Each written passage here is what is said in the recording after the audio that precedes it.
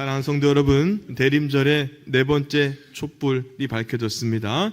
거룩한 설렘과 또 경건함으로 주님의 오심을 기다려온 지난 4주간의 여정을 지나서요, 이제 성탄절을 바로 앞에 두고 있습니다. 거리에는 화려한 조명들이 켜지고요, 또 사람들이 이런저런 선물을 준비하느라 분주하기도 하고 그렇습니다. 우리도 누군가에게 줄 선물을 생각하기도 하고요, 또 한 해 동안 이루지 못한 그 소망을 내년에는 꼭 이뤘으면 좋겠다라는 마음을 가지기도 합니다. 하지만 여러분, 오늘 이 거룩한 대림절 네 번째 주일에 우리가 분명히 해야 할 사실이 있는데요, 그것은 우리 인생에서 가장 기다려야 될 것은, 가장 소망해야 될 것은, 가장 큰 기쁨은 바로 하나님의 가장 큰 선물 예수 그리스도임을 믿으시길 주의 이름으로 축복합니다. 하나님께서 우리에게 주신 수많은 은혜와 선물들이 있지만요, 그 모든 것을 합친 것보다 더 큰 은혜는 바로 예수님임을 믿습니다. 예수님이야말로 우리가 받은 가장 큰 선물이고요, 영원히 쇠하지 않을 가장 큰 은혜인 줄로 믿습니다. 이 시간 우리의 눈을 세상의 북적거리는 소리에서 돌려서요, 오늘 마구간에 누이신 아기 예수님께 고정하고요, 그리고 그분이 우리를 위해 오셨다는 그 사실과 은혜에 가슴 벅찬 감격과 감사로 말씀을 들으셨으면 좋겠습니다. 대림절의 마지막 촛불, 네 번째 촛불의 의미는 좋은 소식이란 뜻이고요, 그리고 사랑의 완성이란 뜻을 가지고 있습니다. 그래서 옆 사람에게 이렇게 인사하고 축복했으면 좋겠습니다. 하나님이 당신을 사랑하십니다. 그리고 다시 한번요, 나도 당신을 더욱 사랑하겠습니다. 할렐루야. 오늘 말씀은 밤에 찾아온 니고데모의 이야기, 그 이후에 있었던 일인데요, 땅에서 이룰 수 있는 모든 것을 다 이룬 그 사람, 오늘날의 국회의원 이상의 권력을 가졌던 사내들인 공회의 의원, 철저한 율법 생활로 모든 사람에게 선망의 대상이 되었던 바리새파 사람, 이름 자체가 승리라는 뜻을 가진 이 니고데모라는 사람이 있었는데, 그런데 그는 여전히 땅에 속한 사람이었기 때문에 인생의 한계와 깊은 고민을 가지고 남들에게 보여지지 않는 밤에 예수님을 찾아온 겁니다. 근데 예수님은 그에게 믿음으로 거듭남에 대해서 말씀을 하셨어요. 이런 말씀입니다. 사람이 물과 성령으로 거듭나지 아니하면 하나님의 나라에 들어갈 수 없느니라. 그리고 하나님이 세상을 이처럼 사랑하사 독생자를 주셨으니 이는 그를 믿는 자마다 멸망하지 않고 영생을 얻게 하려 하심이라. 그리고요, 모세가 광야에서 뱀을 든 것 같이 예수님도 들려야 한다고 말씀하시면서 예수님을 믿음으로 바라보는 자는 영원한 생명을 얻게 될 것이다 라는 말씀을 하신 겁니다.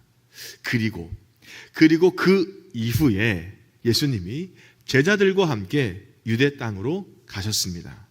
예루살렘을 떠나 인근 한적한 시골 마을인데요, 그곳에서 예수님은 제자들과 함께 계시면서 사람들에게 세례를 베풀어 주셨습니다. 그때 세례 요한도 자신을 찾아오는 사람에게 세례를 주고 있었어요. 같은 시기에 같은 장소에서 베푸는 예수님의 세례와 요한의 세례, 이것을 두고 사람들의 입방아가 있었습니다. 그도 그럴 것이, 한쪽에서는 원래 그 강에서 세례를 주고 있었던 요한이 있었어요. 이름도 세례 요한이에요. 그런 그에게 이미 예수님도 세례를 받았잖아요. 그 예수라는 이가 다른 한쪽에서 같은 세례를 주고 있었다는 겁니다.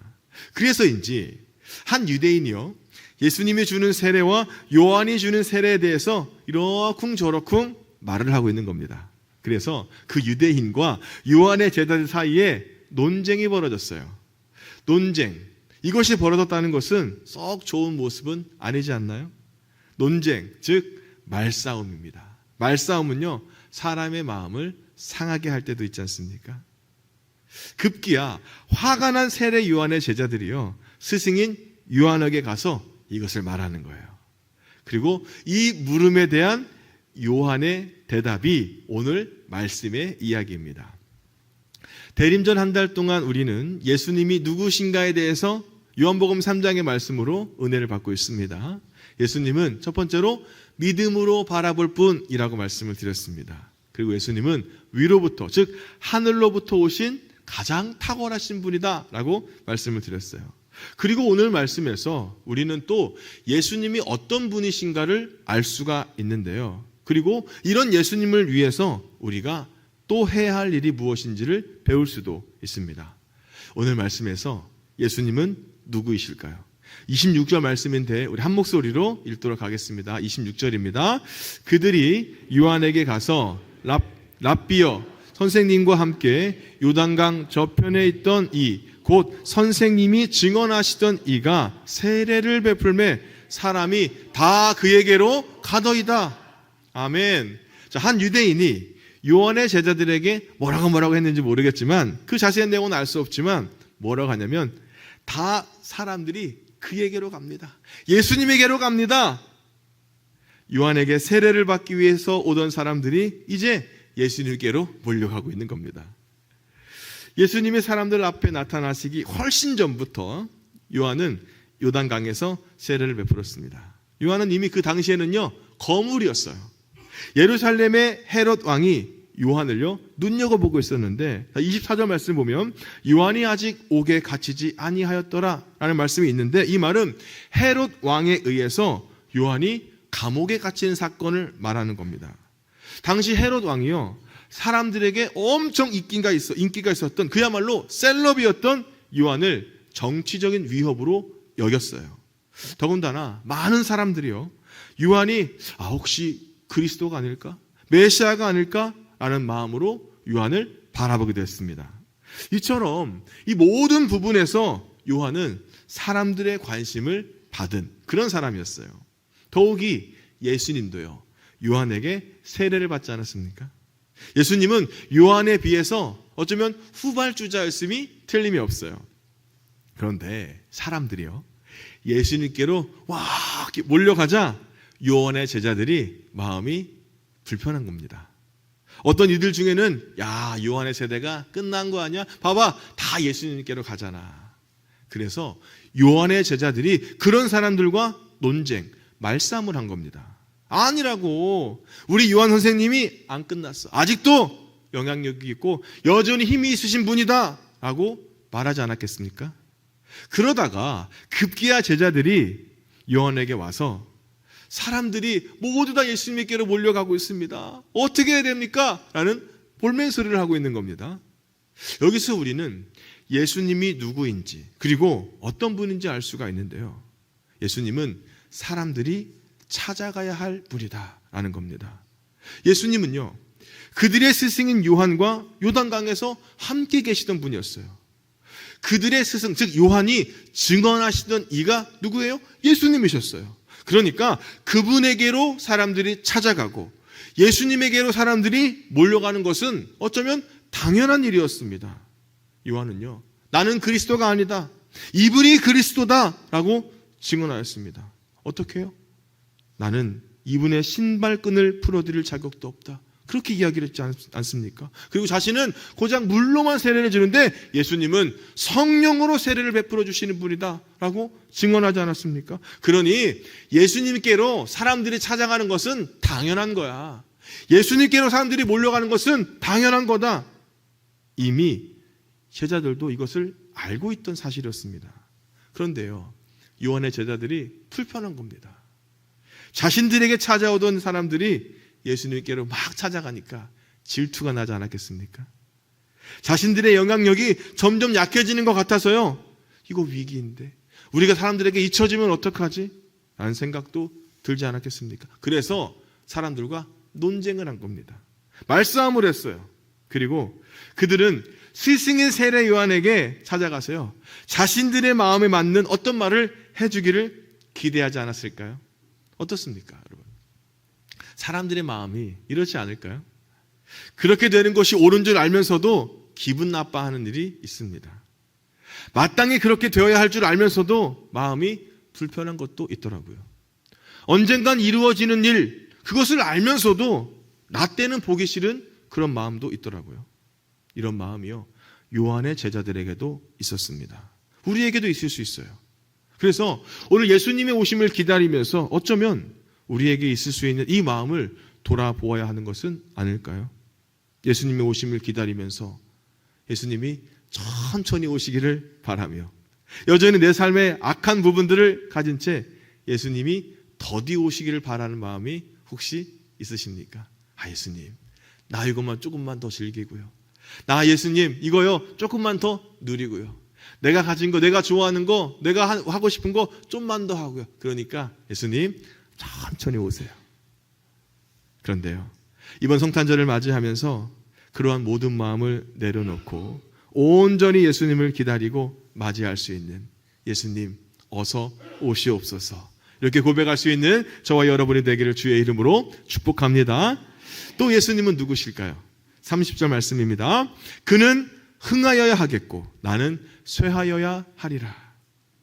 세례 요한의 제자들이요, 스승에게 투정 부리듯이 스승님, 사람들이 다 그에게로 가더이다, 거기로 다 갑니다, 이 말을 할 때는 그들이 기대하는 말을 듣고 싶은 마음이 있지 않겠습니까? 그들의 상한 마음을 어루만져주는 그런 말이요. 그냥 말이라도, 야, 걱정하지 마, 나 아직 안 죽었다, 나 세례 요한이야, 너네 나 모르니? 나 안 죽었다, 너희들도 나만 믿으면 돼, 다 괜찮다, 나 믿지? 뭐 이런 말들이요. 아니면 이런 위로의 말은 어떨까요? 아이고야, 사람들이 다 거기로 가가지고 니네 얼마나 마음이 아프니? 아이고, 그랬구나. 그러면 오늘 일찍 가가지고 연말이기도 하니까 오늘은 회식이다, 그러면서 가가지고 너희 마음을 위로해 줄게, 이런 말이었으면 어떻겠습니까?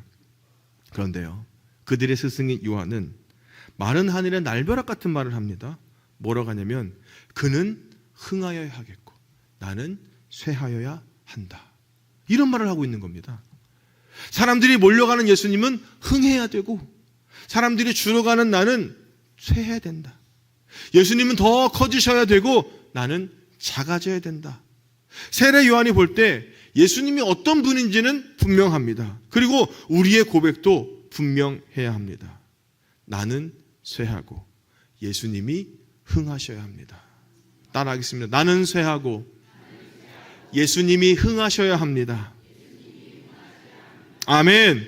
성경은요, 세례 요한을 예수님보다 6개월 먼저 세상에 와서 예수님의 길을 준비한 사람이라고 말을 하는데요, 그리고 그는 광야에서 외치는 자의 소리라고 말합니다. 사람들이 예수님을 알고 믿고 받아들이도록 먼저 그 길을 준비하는 사람이었어요. 그는 자신의 사명에 충실했습니다.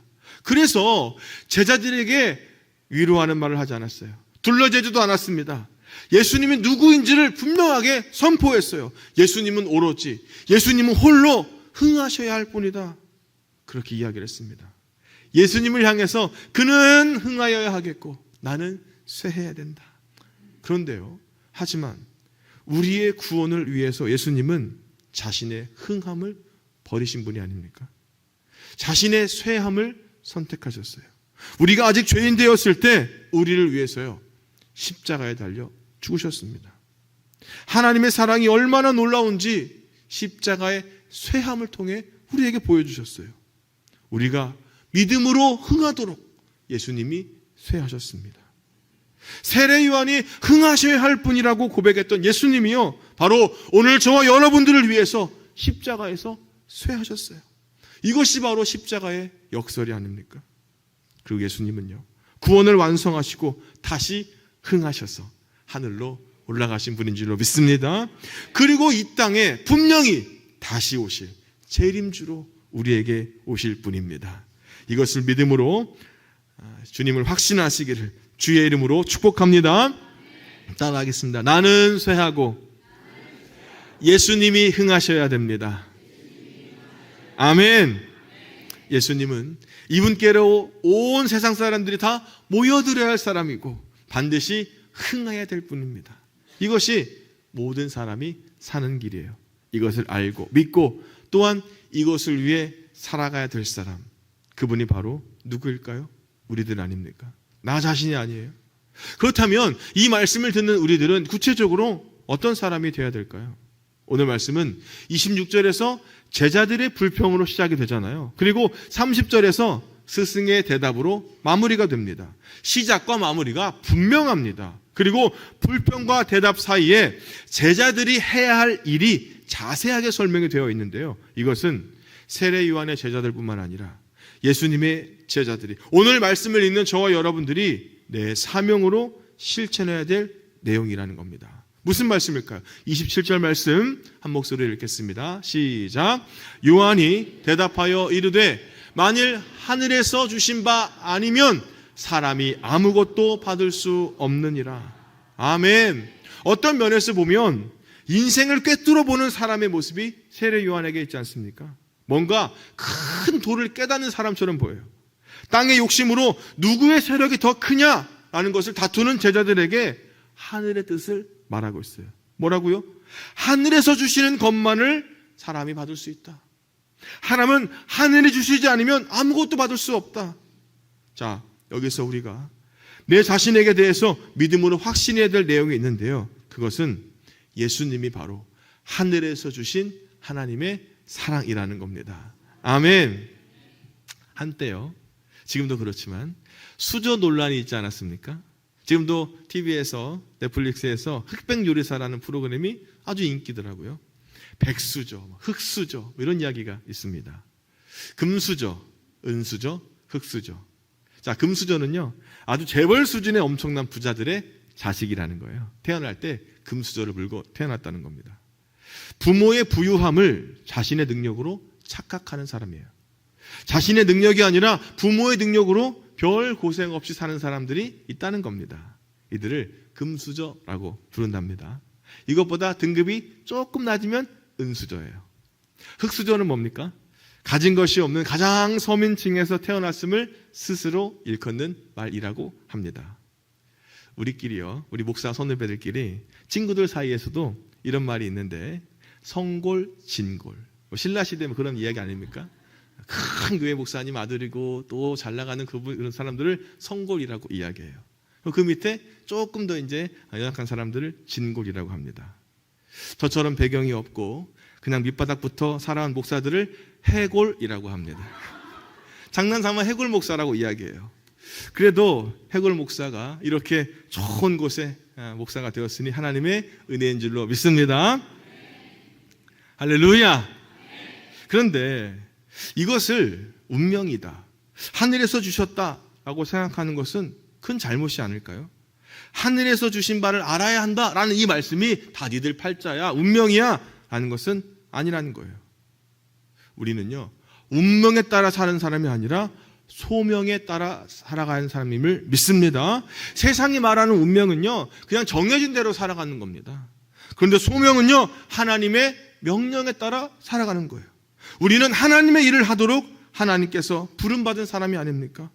속칭 금수저를 물고 태어났다면 기회가 아닐까요? 더 하나님의 일을 할 수 있도록, 가진 것으로 더 베풀 수 있도록, 그것으로 자신의 탐욕을 채우려고 하면 금수저는요, 오히려 재앙입니다. 반대로 흑수저를 물고 태어났다면 내가 왜 이래, 내 삶은 왜 이래 원망하며 사는 것은 자신을 세상에 내시고 소명을 주신 하나님을 믿지 않는 거잖아요. 이것은 불신앙이 아닙니까? 그런데요, 우리는 우리의 자신의 삶에서 하나님, 나에게 어떤 소명을 주셨습니까? 내가 가진 것으로 어떻게 살아가야 되겠습니까? 이렇게 하나님의 뜻을 물어야 되는 사람이 아닙니까? 그래야 나를 향한 하나님의 소명을 깨닫고 어떻게 살아가야 할지, 하늘의 뜻을 묻고 그 뜻에 순종하며 살아갈 수 있는 사람들이 될 수 있는 겁니다. 하나님은 우리가 물고 태어난 수조와는 전혀 상관없이 우리를 너무 사랑하시기 때문이에요. 이처럼 사랑하셨대요. 독생자를 주시기까지 사랑하셨습니다. 그래서요, 오늘 저와 여러분은 하나님께 사랑받는 하나님의 자녀입니다. 이것을요, 세례요한이 뭐라고 하냐면 오늘 하늘이 우리에게 주신 것이다 라고 우리에게 말씀해주고 있는 겁니다. 이 사랑이요, 오늘 저와 여러분이 하나님께로부터, 하늘에서부터 받은 사랑임을 믿습니다. 이 사랑을 확신하면서 하나님의 사랑을 누리며 전하는 저와 여러분의 삶이 되기를 주의 이름으로 축복합니다. 오늘 말씀의 마지막에서 요한이 자신의 제자들에게 유대인들이 잘 알고 있는 아주 멋진 예화를 사용하는데요. 그것이 바로 신랑 들러리의 기쁨에 관한 이야기입니다. 29절입니다. 신부를 취하는 자는 신랑이나 서서 신랑의 음성을 듣는 친구가 크게 기뻐하나니 나는 이러한 기쁨으로 충만하였노라. 자, 유대인들의 결혼식, 어떤 결혼식일까요? 밤에 신부의 집에서 하는 것이 일반적이에요. 그 기간도 한 일주일 정도 한답니다. 근데 이 결혼식을 위해서 신랑의 친구가요, 신부 집에 먼저 갑니다. 먼저 가가지고, 자, 신랑이 오고 있습니다. 자, 준비하세요. 이렇게 알려주는 거예요. 그래서 이 신부의 집에 먼저 간 신랑의 친구가 신부 집의 사람들과 함께 신랑 맞을 준비를 막 하게 되는 겁니다. 자신은 신부 집 사람이 아니지만 신부 집에서 신랑을 기다리는 어쩌면 조금 애매한 입장입니다. 하지만요, 신랑이 와서 신부를 아내로 맞아들이도록 준비하는 것이 그 신랑 친구의 사명입니다. 신랑이 신부의 집에 딱 도착을 하면요, 신부와 함께 잔치 자리로 들어가면 신랑 친구의 사명은 그대로 끝이 나는 거예요. 결혼식에서 신부를 맞아들이는 사람은 신랑입니다. 신랑의 친구는 신랑이 신부를 맞아들이는 것을 보는 것으로 기뻐한다는 거예요. 요한이 이걸 이야기하고 있는 겁니다. 그 신랑으로 인해서 더 기쁨으로 충만한 것이 신랑의 친구입니다.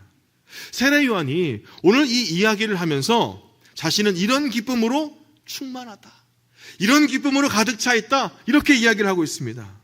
요한은 자신이 그리스도가 아니다 라는 말과 함께 나는 신랑이 아니다 라는 사실도 분명하게 이야기합니다.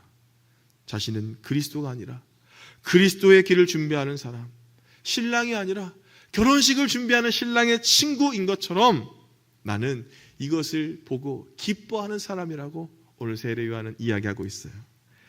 나는 이러한 기쁨으로 충만하였노라, 그렇게 고백합니다. 요한 자신이 신랑의 신 예수님 앞서 예수님의 신부가 될 사람들에게 찾아하지 않았습니까?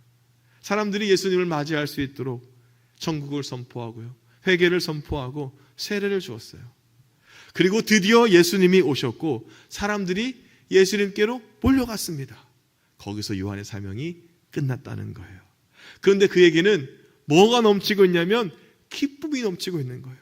너무나 기쁨이 충만했던 겁니다. 사랑하는 여러분, 우리가 바로 이러한 신랑의 친구가 아닙니까? 이러한 예수님의 친구가 바로 오늘 저와 여러분이 아니에요? 우리는 세상을 그리스도에게로 인도하는 사람들, 잔치를 준비하는, 결혼식을 준비하는 사람들이 아닌가요? 예수님이 이 성탄의 시기에 오늘 우리를 위해 신랑 되신 예수님이 이곳에 오셨다, 나와 여러분들을 위해서 예수님이 이곳에 오셨다, 신랑이 오셨다 라고 말하는 사람들이 아닙니까? 그런데 이것을 알지 못했던 요한의 제자들이, 자신들에게 오던 사람들이 예수님께로 가는 것에 시기심이 일어나서 불평을 하고 있었습니다. 그래서 세례 요한은요, 그 허튼 마음을 가지지 못하도록 뭐라고 하냐면, 그는 흥하여야 하겠고 나는 쇠하여야 하리라. 사랑하는 여러분, 오늘 저와 여러분의 삶을 통해서, 우리 교회를 통해서 예수님이 흥하셔야 될 줄로 믿습니다. 그렇게만 된다면 신랑의 결혼식에 참여한 친구처럼 우리는요, 참 기쁨을 누릴 수 있는 사람들이 되지 않을까요? 사랑하는 믿음의 형제자매 여러분, 우리는 살아가면서 수많은 사람들을 만나지 않습니까? 자신에게 이로운 사람도 만나고요, 해가 되는 사람들도 있어요. 친구라도, 형제라도, 더욱이 부모 자식이라고 해도 여러 감정과 여러 관계가 있더라고요. 좋은 사람을 만나는 것도 주님의 은혜입니다. 그런데 힘들고 어려운 사람을 만났더라도 여전히 우리는 할 일이 있어요. 해골로 태어났더라도 우리는 여전히 하나님이 주신 소명이 있는 사람들이 아닙니까? 그 소명을 통해서 여러분의 삶의 자리에서 누가 흥해야 되느냐 하는 질문입니다. 여러분, 누가 흥해야 됩니까? 예수님. 예수님이 바로 우리의 삶에서 흥하시기를 간절히 축복합니다. 오늘 내 삶을 통해서 신랑 되신 예수님이 아름답게 드러나야 될 줄로 믿습니다. 우리 교회가요, 누가 흥해야 되겠습니까? 오늘 저와 여러분의 삶 속에서, 성도들의 인생에서 누가 흥해야 됩니까? 예수 그리스도만이. 오늘 우리를 위해 이 땅에 오신 예수님만이 흥하는 우리 성도들과 우리 교회가 되기를 주의 이름으로 축복합니다. 그래서요, 오늘 세례 요한의 고백처럼 2026년 믿음의 걸음에는 이런 고백이 있었으면 좋겠어요. 나는 쇠하고 예수님은 흥하기를 바랍니다. 그래서 예수님께 많은 사람들이 찾아가서 예수님을 만나고요, 그에게 세례를 받고 하나님의 자녀가 된 그 사람들이 충만했던 것처럼 오늘 예수님이 흥하는 우리 교회에 많은 사람들이 찾아와 예수님을 예배하는 그 예배자들로 채워질 수 있지 않겠습니까? 아멘. 이러한 믿음의 선포가 오늘 우리에게, 또 세례 요한이 그 결혼식장 이야기를 하면서 나는 이 기쁨으로 충만했다 라고 하는 고백이 오늘 저와 여러분의 고백이 되어서요, 우리 교회의 역사에 예수님의 흥함으로 말미암아 저와 여러분이 기쁨이 누리는 것이 충만하기를 주의 이름으로 축복합니다. 예수님이 흥하는 우리 신강교회가 되기를 주님의 이름으로 축복합니다. 아멘. 이 말씀을 기억하면서 함께 찬양하며 기도하도록 하겠습니다. 예수 우리 왕이여, 예수 우리 왕이여, 이곳에 오소서. 보좌로 주여 임하사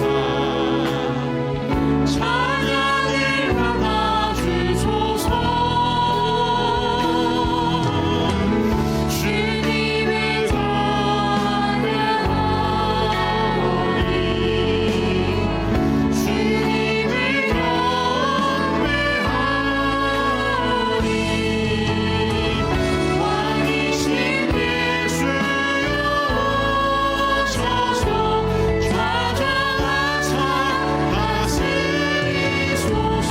주님을 찬양하오니, 주님을 찬양하오니, 주님을 경배하오니, 왕이신 예수여 오셔서 좌정하사 다스리소서. 오늘 성탄을 기다리는 이 거룩한 시기에 예수님이 흥하는 사람, 예수님이 흥하는 가정, 예수님이 흥하는 교회가 되게 하여 주시옵소서. 그래서 이 기쁨으로 충만할 수 있도록 하나님 우리 가운데 은혜를 허락하여 주옵소서. 이 믿음으로 함께 기도하겠습니다. 하나님 아버지, 정말